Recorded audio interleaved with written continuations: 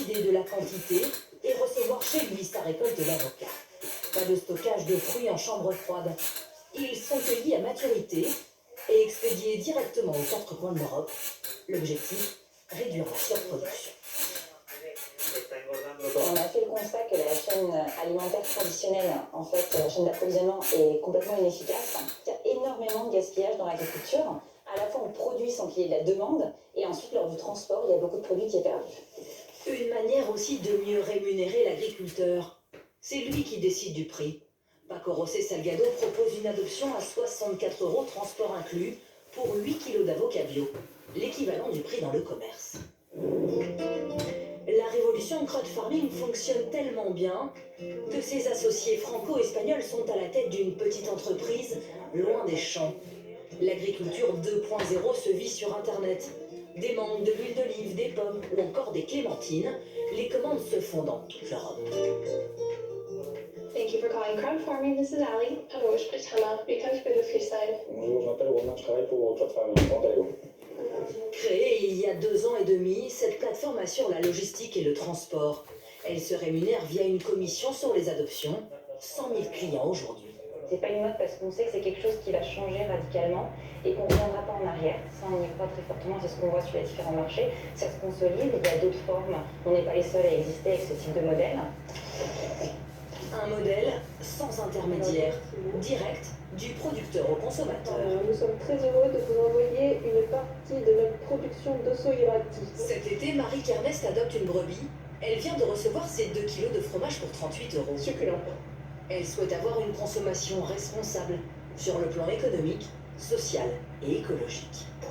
Ce serait bien que ce soit l'agriculture de demain, que les producteurs perçoivent plus de ce qu'on paye dans grande distribution, par exemple. Ça ne coûte pas plus cher qu'avant. Non, j'avais ça avec le calcul, non. Son fromage a été fabriqué ici, au Pays Basque, dans la ferme de Sébastien Astabi. Comme Marie, ils sont 700 à avoir adopté une brebis. Il a fallu les mettre de côté pour les prendre en photo, il fallait qu'elles jouent le jeu, elle aussi. Cette séance photo est loin d'être anecdotique. Avant, ils vendaient parfois à perte. Aujourd'hui, une grande partie de ses revenus est garantie. Moi, ça me permet de me projeter. Parce que quand on démarre dans une saison, on ne sait pas... On prend le risque de transformer aussi, de mettre en fabrication, il faut le vendre. Donc voilà, là on sait qu'il y a une certaine quantité qui est assurée d'être vendue. Et pour nous, c'est bien. Comme Sébastien Astabi, ils sont pour le moment une centaine. La plateforme Crowdfarming espère tripler le nombre de producteurs et de consommateurs d'ici 2022. La Terre promise, c'est le titre du premier tome des mémoires de Barack Obama, publié aujourd'hui dans 23 pays. Avant d'entendre l'entretien exclusif que l'ancien président américain a accordé à François Bunel, nous vous faisons découvrir le contenu de son récit. Loïc Delamornay, Ariel Ménage.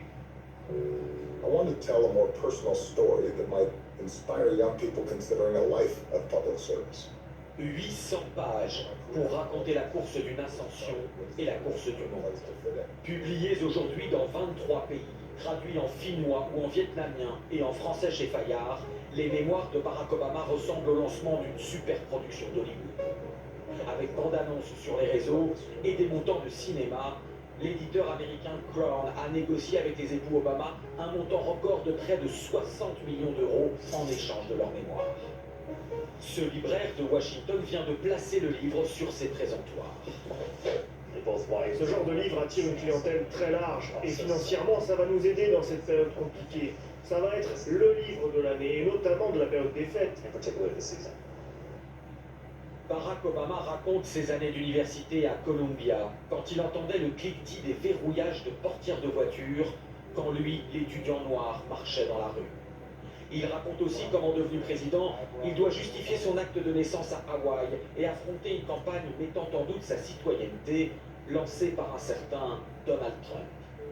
Il détaille également cette nuit du 1er au 2 mai 2011, quand il donne l'ordre de l'assaut sur la maison d'Oussama Ben Laden au Pakistan, contre l'avis de Joe Biden, qui estimait l'opération trop incertaine. Mais si Barack Obama a accordé un entretien exceptionnel à France Télévisions, c'est parce qu'il est avant tout un amoureux de la littérature. Et c'est pour cela qu'il s'est confié à François Bunel de la Grande Librairie. C'est un immense lecteur. Vous savez que pendant qu'il était à la Maison Blanche, presque tout le temps, il publiait son top 10, sa liste des livres qui l'avaient aidé à bien gouverner. Il est extraordinairement charismatique. Il est très impressionnant, parce que vous êtes quand même face à un président qui, écoutez, on est en 2020, qui va rester sur les 20 premières années du 21e siècle. Ce premier tome des mémoires d'Obama s'arrête en 2011. La suite est encore à venir. C'est la fin de ce journal. Tout de suite, l'interview de l'ancien président américain Barack Obama par François Bunel. Bonne soirée, à demain.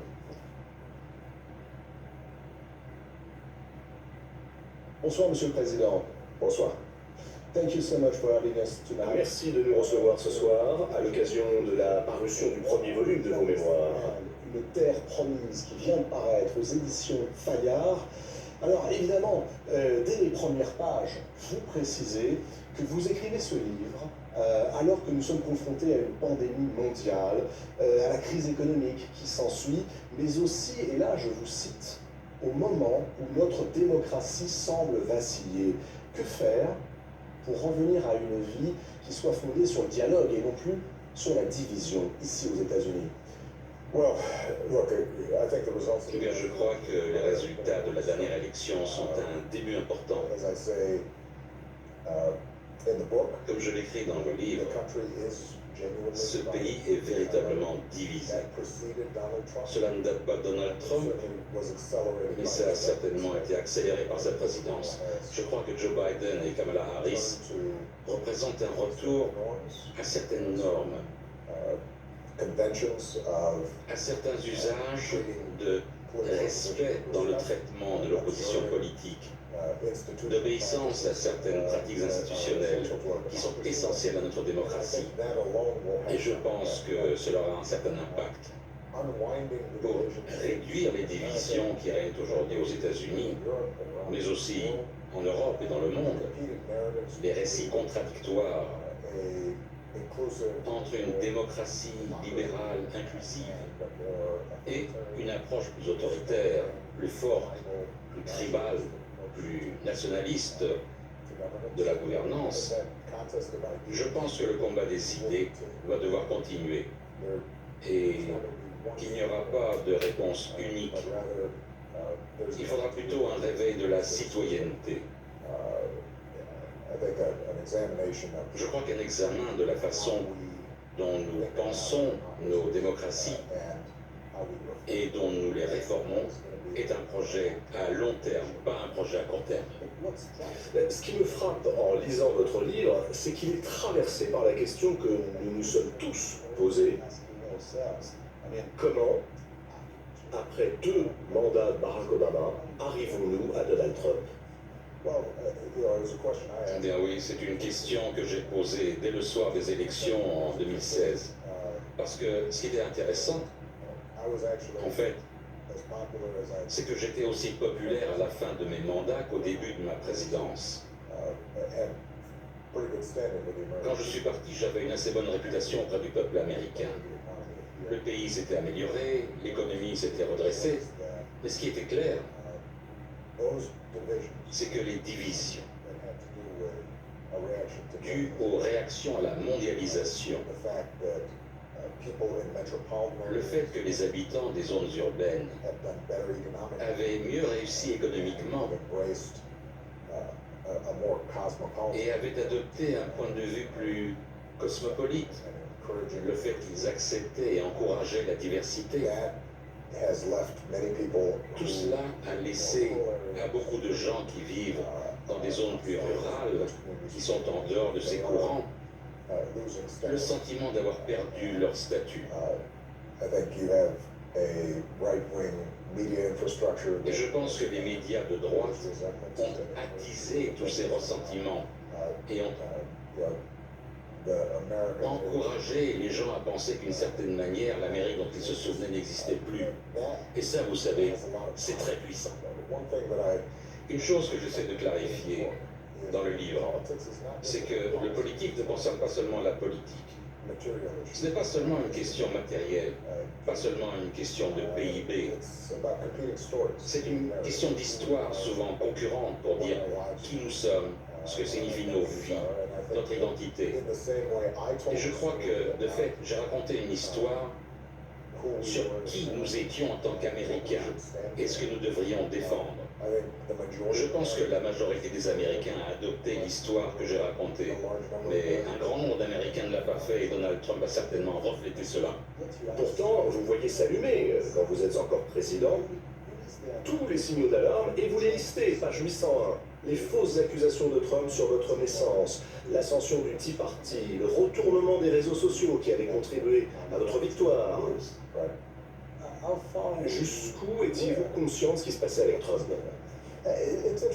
C'est intéressant. Si je termine ce livre comme je le fais, c'est en partie à cause du raid pour éliminer Osama Ben Laden.